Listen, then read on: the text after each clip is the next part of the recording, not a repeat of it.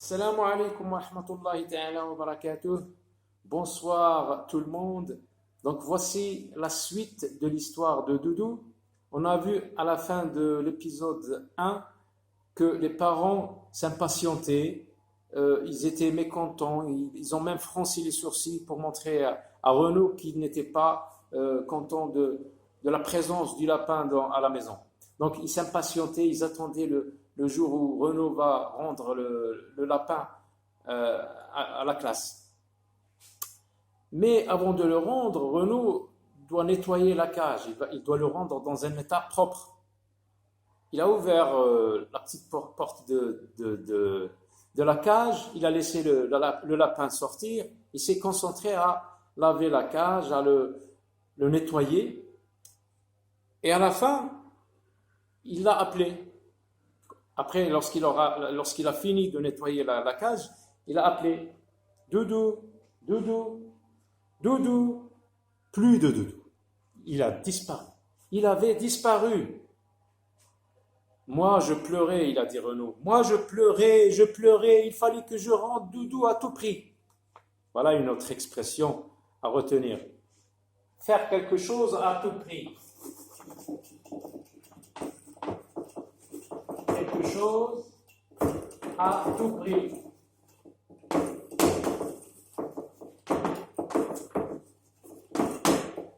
Quand on est décidé à faire quelque chose, ou bien quelque chose qu'il faut faire absolument, donc on dit, je dois faire ça à tout prix. Je dois travailler à tout prix. Je dois avoir de bonnes notes à tout prix. Il fallait que je rende Doudou à tout prix. Papa, la maman aussi sont venus, ils ont cherché un peu partout dans la maison, ils n'ont rien trouvé. À la fin, papa, il m'a dit de ne pas m'inquiéter. On a pris la voiture et on est allé dans des magasins qui vendent des lapins. Ça y est, il a disparu. Donc ils doivent chercher un autre lapin pour le remplacer. Mais est-ce qu'ils vont trouver un lapin comme Doudou? Parce que Doudou, il est habitué aux élèves. Il commence même à bouger les oreilles lorsque on communique avec lui. Donc un nouveau lapin, il faut tout lui apprendre de nouveau. Papa m'a dit de ne pas m'inquiéter. On a pris la voiture et on est allé dans des magasins qui vendent des lapins. Mais aucun des marchands n'avait de lapin noir au poil si doux comme Doudou. Papa n'a rien voulu savoir, n'a rien voulu entendre. Il a dit, un lapin c'est un lapin. Et il en a acheté un autre. Un tout blanc, tout doux, c'est vrai, mais ce n'était pas tout doux. Je n'ai pas dormi la nuit. Où est-ce qu'il est parti, Doudou? Il a disparu. Peut-être qu'un animal l'a mangé dehors, un chien, peut-être. Le matin, quand je suis entré dans la classe avec mon lapin blanc, mes camarades étaient en colère, c'est vrai. Lorsqu'il est entré avec la cage dans la classe, les élèves ne s'attendaient pas à ce qu'ils voient un autre lapin. Ils commençaient à se demander qu'est-ce qui est arrivé. Ce n'est pas Doudou, dis-nous où est-ce qu'il est, Doudou, Renaud, dis-le nous. Il lui posait plein de questions. Donc il était dans une situation embarrassante, il était gêné. En sanglotant, j'ai inventé que Doudou était mort et que mes parents avaient dû le remplacer. Donc pour arrêter un petit peu toutes ces questions qui l'envahissaient de toutes parts, il a inventé que Doudou était mort et que mes parents avaient dû le remplacer.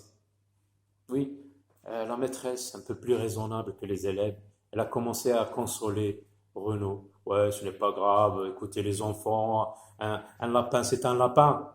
Mais les élèves ne voulaient rien savoir. Ils voulaient Doudou parce qu'ils étaient habitués à ce lapin.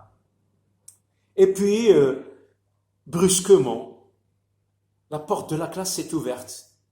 Et qui est-ce qui arrive?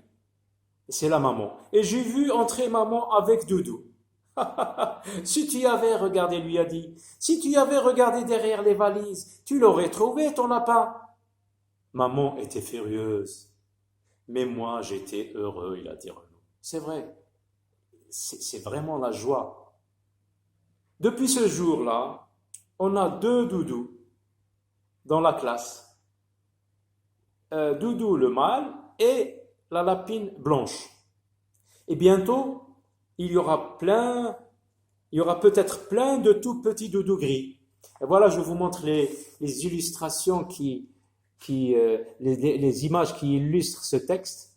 Au début, on voit le premier jour lorsque Renaud a emmené Doudou à la maison.